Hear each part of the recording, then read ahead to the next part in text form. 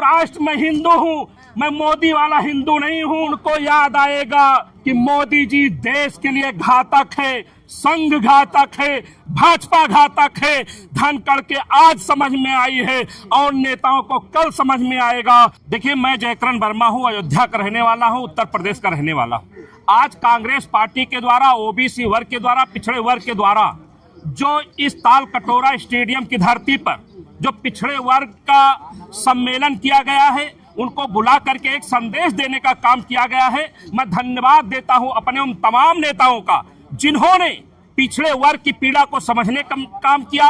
मैं अपने नेता खड़गे साहब का, राहुल गांधी जी का मैं आभार जताना चाहता हूं कि मैं एक कुर्मी का बेटा हूं, अयोध्या का रहने वाला हूं, किसान का बेटा हूं। किसानी ही मेरा मुख्य पेशा कह लीजिए या जीवन अर्जित करने का एक साधन कह लीजिए। लेकिन क्या कारण रहा कि आज तक इस पूरे देश में, पूरे प्रदेश में लोग पिछड़ों का वोट तो लेने का काम करते हैं, लोग किसानों के नाम पर वोट तो लेने का काम करते हैं। लेकिन क्या कारण रहा, जब सम्मान देने की बात आती है तो हम पर हंटर चलाए जाते हैं, हमारी दाढ़ियां काट दी जाती हैं, हमारी मूछें काट दी जाती हैं, हमें घोड़ी से उतार दिया जाता है। हमें सिर्फ इस देश और प्रदेश में, इस भाजपा की सरकार में, इस संघ की सरकार में हमें सिर्फ एक्सीडेंटल हिंदू माना जाता है। अब हमारे जैसे वो तमाम किसान परिवार के लोग, हम पिछड़े लोग अब जानते हैं अपने हक को कि आज कोई नेता अगर जो पिछड़ों की आवाज बना है तो कोई और नहीं है। कोई ट्विटर से लड़ाई नहीं लड़ता हमारी, कोई फेसबुक से नहीं लड़ाई लड़ता,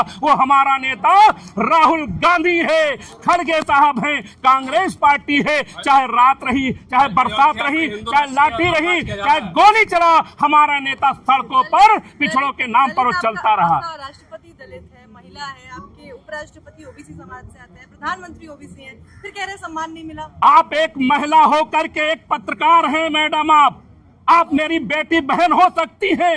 अगर जो आप उस महिला राष्ट्रपति का अगर जो आपको दुख नहीं मालूम चलता तो मैं धिक्कार करता हूं ऐसी सोच को। उस महिला राष्ट्रपति को, जिस राष्ट्रपति को बोलने ना दिया जाए, वह महामहिम शब्द जिसके लिए एक दलित शब्द का प्रयोग किया जाता है, वह राष्ट्रपति जिसको एक मंदिर के चौखट पर चला जाता है तो दूर से धुलाई होने का काम करता है। अगर जो ऐसी ही भाजपा आदिवासियों को, दलितों को, पिछड़ों को सम्मान देती है तो मैं इस भारतीय जनता पार्टी के हिंदुत्व को धिक्कारता हूं और लात मारकर कहता हूं कि अब दलित और पिछड़ा आदिवासी, माननीय मोदी जी, आपने 2001 में पिछड़ों की श्रेणी में आकर के हमारे जैसे लोगों का जो हक मारने का काम किया है, ये गुजराती गैंग आपने अच्छी पैकेट बना करके, चमचमाती पन्नियां दे करके जो आपने भूसी को सोने के रूप में बेचने का काम किया है। अब उत्तर प्रदेश ही नहीं, हम अयोध्या से रहने वाले हैं। आप कभी आइए, दर्शन करें। मैं एक किसान का परिवार का बेटा हूं। मैं आपका स्वागत तो बहुत दिनों से बहुत अच्छा नहीं कर सकता, लेकिन मैं आपको कहना चाहूंगा, आइए गुजरातियों की हालत देखिए। पूरे अयोध्या में ठेका उनका, गाड़ी उनकी, जो लोग ऑटो रिक्शा चलाने का काम करते थे, ये गुजराती लोग वहां पर ला जा करके अपने साधन दे करके उनको बेरोजगार करने का काम किया है। हमारे जैसे किसानों की जमीन कौड़ियों में लेकर के लाखों में बेचने का काम किया है। क्या क्या गिनाऊं आपसे, आप मीडिया के साथी हो, आपको भी संघ की भाषा समझ में आती है। आपके यहाँ तो टूरिज्म कितना बढ़ गया, आपको भी दर्शन किया है राम मंदिर? आप यही बात, आप दिल्ली की धरती पर बैठ करके अगर जो आप जैसे पत्रकार अयोध्या की बात करोगे, भाजपा की बात करोगे तो आपकी बात गलत मान ली जाएगी। मैं निश्चित कहना चाहूंगा, हिंदू राष्ट्र में हिंदू हूं, मैं मोदी वाला हिंदू नहीं हूं। मैं वो हिंदू हूं जिसके अंदर करुणा है, जिसके अंदर दया है, जिसके अंदर इंसानियत भरी है। मैं आपकी तरह भाजपा की चापलूसी में अपना जीवन समर्पित नहीं करता हूं। रखी जा रही है, थोड़ा तो बलिदान देना पड़ेगा आप लोगों को भी। अयोध्या की धरती हमारी है, हमारा जन्म वहीं हुआ है, पढ़े लिखे वहीं हुए हैं। हमें आप बताने की कोशिश मत कीजिए। आप सिर्फ भाजपाइयों को समझाइए कि अयोध्या वासियों पर जो अन्याय हो रहा है, जो उनके घर बर्बाद किए गए, जो उनके खेत को बर्बाद कर दिया गया, जो उनको शोषण किया गया, वह बंद कर दे, तब मैं मानूंगा आप नौजवान हो। इस देश में पत्रकारिता तब भी मतलब निकलेगा, इससे ज्यादा कुछ नहीं। के लोग तो हिंदू विरोधी लोग हैं। भाजपा के लोग कैसे कहते हैं?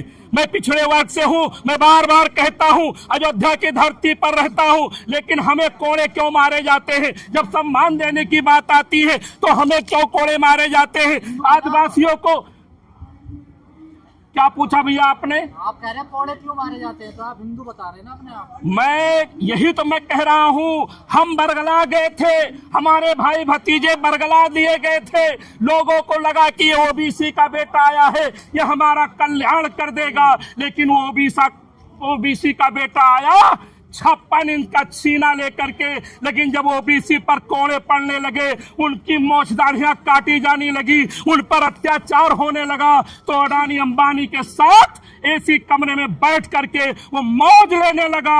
हमारे छाती पर लगी गोली वो कभी देखने नहीं आया है। ओबीसी समाज से उपराष्ट्रपति थे धनखड़ जी, अचानक इस्तीफा हो गया, कैसे देखते हैं इसको? देखिए, धनखड़ ही नहीं, तमाम वो धनखड़, उनको याद आएगा कि मोदी जी देश के लिए घातक है, संघ घातक है, भाजपा घातक है। धनखड़ के आज समझ में आई है और नेताओं को कल समझ में आएगा। आप दिल्ली के मीडिया के साथी हो, हमसे ज्यादा आप देश को जानते हो, लेकिन मैं निश्चित कहता हूं, जो आज नहीं समझ में आ रहा है कल समझ में आएगा, लेकिन तब तक देश बहुत बर्बाद हो जाएगा।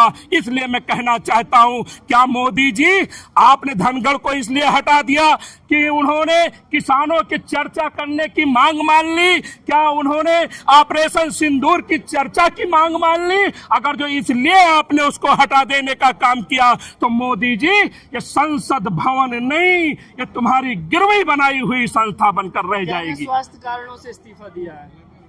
आपको मैंने बता दिया, उनको जानकारी हो गई, उनको ज्ञान प्राप्त हो गया मोदी जी के भ्रष्टाचार का, भाजपा के झूठ का, संघ के प्लान का। इसलिए उनके मन की तरंगों ने कहा, यहाँ के दलते पिछड़े पूरे देश की जनता को आवाज उन्होंने सुनी और इस्तीफा देने का काम किया। मीडिया में आकर के कोई बयान नहीं दे रहे हैं, प्रेस कॉन्फ्रेंस नहीं कर रहे हैं, ईडी भेज देगा। मोदी का डर जिस तरह से आप जैसे पत्रकारों को सताता है, तो उनके नेताओं को भी बहुत सताता होगा।